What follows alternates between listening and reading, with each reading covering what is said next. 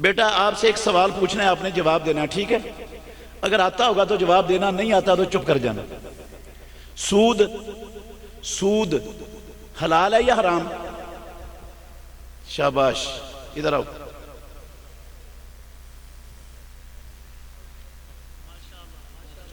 نعرہ تکبیر، نعرہ تکبیر، مولانا مفتی عبد الرحمن عابد صاحب، علماء اہل حدیث۔ یہ معصوم بچہ ہے، چھوٹا سا، 8 سال اس کی عمر ہوگی۔ میں نے اس بچے کو کیوں کھڑا کیا؟ کیوں میں نے کہا کہ جو مدرسے کا نہیں ہے وہ کھڑا ہو؟ مدرسے کے بچے کو کھڑا کرتا تو آپ نے کہنا قاری عبداللہ صاحب نے ان بچوں کو پڑھایا ہوا ہے، یہ کون سا اس نے پوچھا ہے؟ یہ میں نے اس لیے ایسا بچہ کھڑا کیا جو نہیں پڑھتا۔ اور عمر کتنی ہے بچے کی؟ 7-8 سال، معصوم چھوٹا سا بچہ ہے۔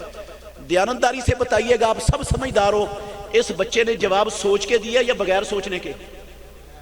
ہیں؟ اللہ کی قسم سوچا، 1 سیکنڈ نہیں سوچا اس نے، بغیر سوچے فوراً کہہ دیا سود۔ مسلمانوں کے اتنے معصوم چھوٹے بچے، ان کو معلوم ہے کہ سود، کوئی بڑا ایسا ہوگا جس کو نہ پتا ہو کہ سود حرام ہے؟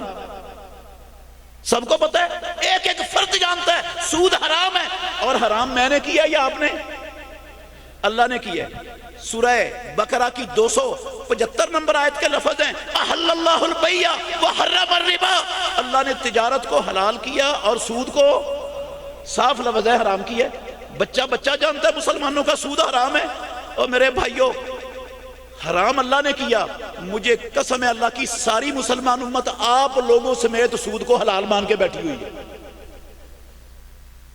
پوری مسلمان امت نے اللہ کی حرام کردہ چیز سود کو حلال مان لیا۔ جن کے کہنے پر حلال مانا، مفتیوں کے کہنے پر، علماء کے کہنے پر، کیا وہ رب بن گیا کہ نہیں؟ ہیں؟ بن گیا رب کہ نہیں؟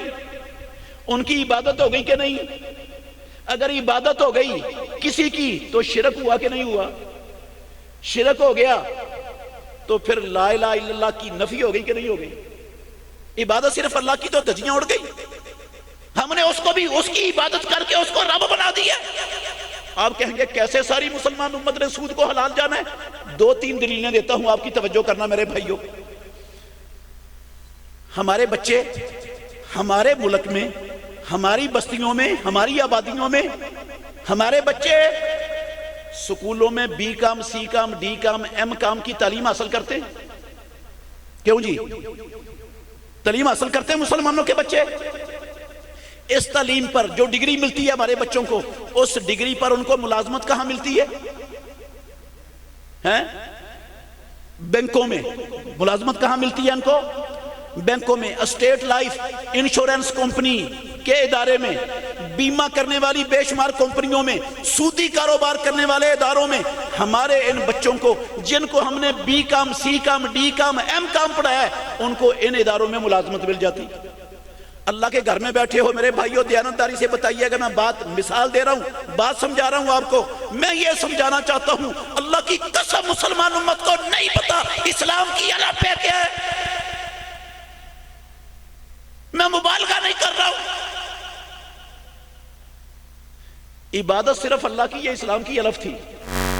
اللہ نے 1 لاکھ سے زیادہ نبی یہ مسئلہ سمجھانے کے لیے بھیجے، سب سے پہلے